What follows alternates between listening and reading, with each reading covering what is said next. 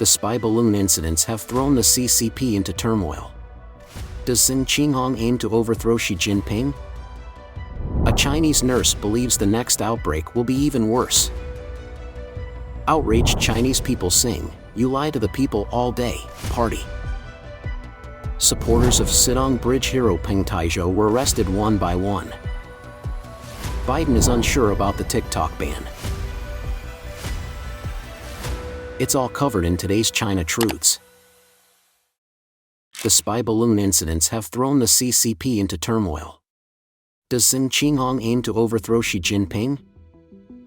The recent incident of a Chinese spy balloon allegedly intruding into United States territorial waters has elicited widespread anger and severe condemnation of the Chinese government in American public opinion.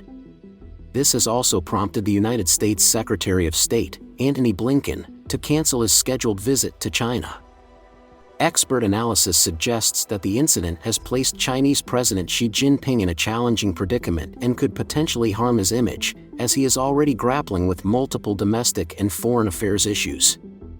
It is possible that Xi was hoping to improve foreign relations with the United States through the visit, which have been strained for many years. The timing of the spy balloon incident raises the question of its appropriateness. Washington Post journalist Ishan Tharoor revealed that some members of Biden's administration have speculated that Xi and his key advisors may not have been aware of the spy balloon incident, as there was a lack of analysis and a delayed response from China.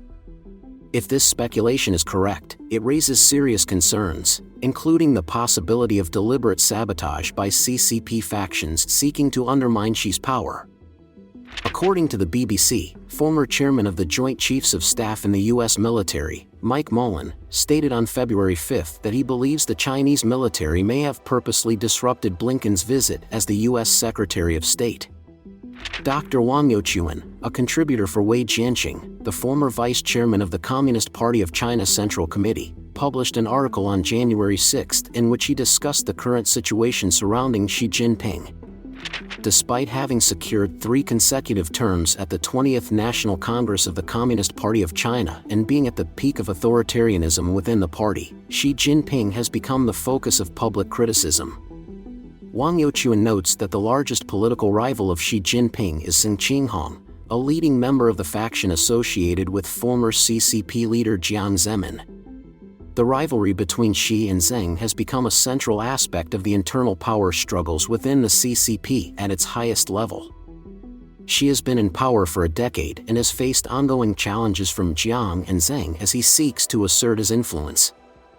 The Epoch Times recently published a report that cites a high-level member of the Chinese Communist Party using the pseudonym Tianming. According to this source, after the 20th National Congress, when Li Chang took control of the economy and Kai Chi was placed in charge of propaganda, some within the party immediately sought to undermine Xi. With the upcoming election of new government leadership during the 2 sessions in March, there is a potential for some CCP members to cause difficulties for Xi as they take office. A Chinese nurse believes the next outbreak will be even worse. According to The Sound of Hope, in a video that has recently gone viral on the internet, a woman wearing a white lab coat, believed to be a hospital worker, expressed her concerns about the increasing number of patients over 60 being admitted to the hospital. She also noted that these older patients have been struggling to recover from the virus as their immune systems are weaker, making them more susceptible to severe illness when the virus replicates in their bodies and causes damage to their organs. Although the authenticity of the video has not been officially confirmed, it has elicited significant worries about the possibility of a more devastating outbreak in the near future. The Chinese Communist Party has faced a decline in public trust as a result of its inadequate preparation for the COVID-19 pandemic and information censorship. An article published by the New York Times highlights the frustration of the Chinese people towards the government, who have not received proper recognition for the hardships faced during the pandemic. The article cites an example of a Beijing resident who lost multiple family members during the outbreak and is now considering immigration due to feelings of betrayal towards the government. The article also discusses the widespread loss of trust in the government among Chinese citizens, as well as the deaths of several senior Communist Party officials. In a recent episode of Elite Forum, commentator Xi Jinping said that despite the high degree of centralization of power, Xi Jinping has lost support within the party due to failures in issues such as epidemic control, the economy, and diplomacy. Peng views this situation as perilous for the CCP dictatorship.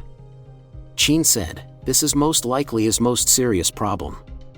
On the one hand, Xi Jinping has lost this kind of authority, but on the other, he is unwilling to lose it, so this type of internal struggle may intensify in the future. If you don't fight to the death, you'll never be able to stop." Outraged Chinese people sing, "You lie to the people all day, party." The CCP has earned a notorious reputation for its deceptive practices, a reality acknowledged not only by the international community but also by a significant number of its citizens. This discontent has manifested itself in various forms, with the Chinese public utilizing the song "Where's the Road Ahead" from the film Journey to the West to express their frustration. On February 6, a video was posted on Twitter by the user at @Xue5321187 in which the song was being sung by petitioners in Beijing with the lyrics.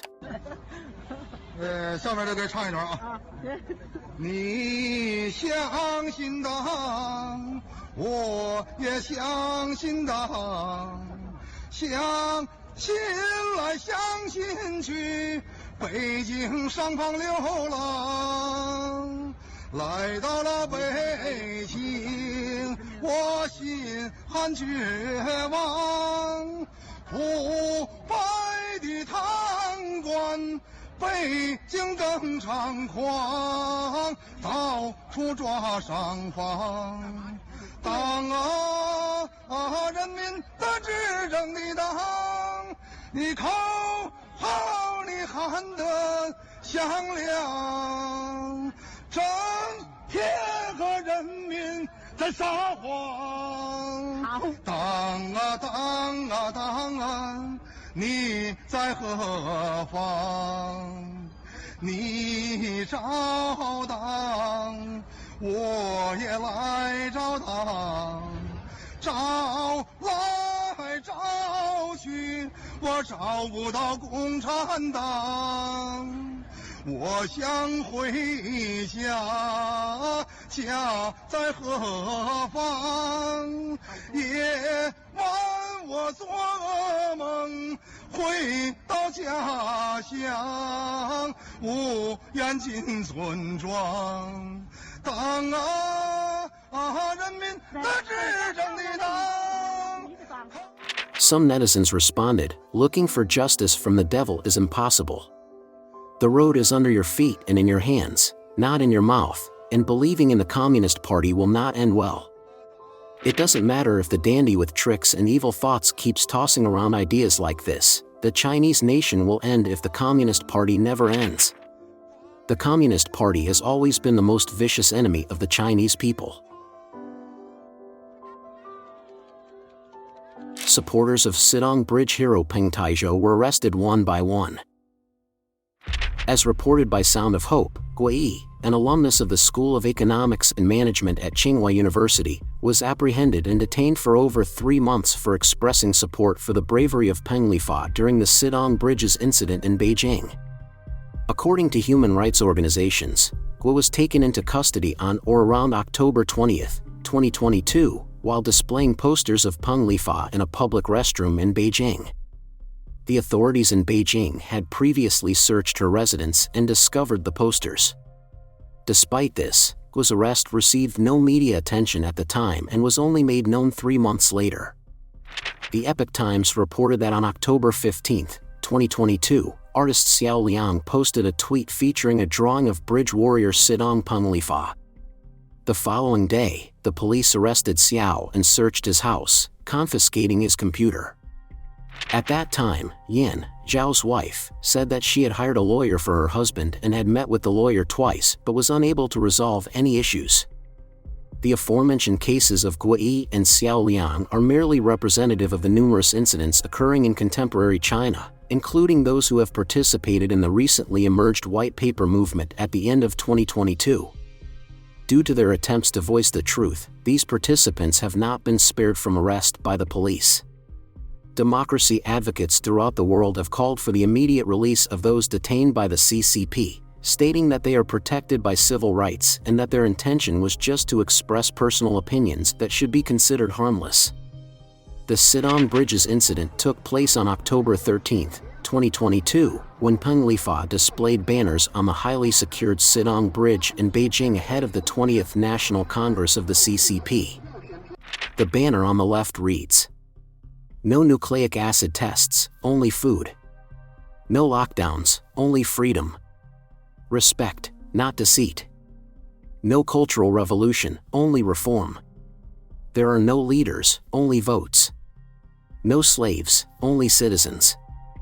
The banner on the right reads, "No class, no work. Strike to overthrow the dictatorial traitor Xi Jinping."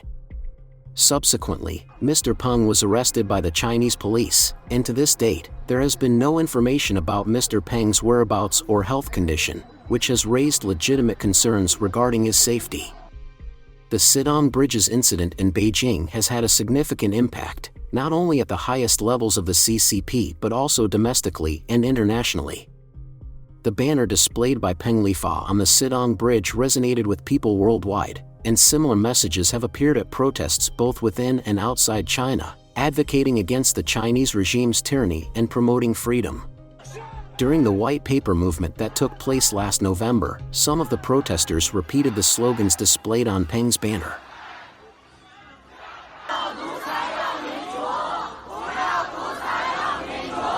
Biden is unsure about the TikTok ban.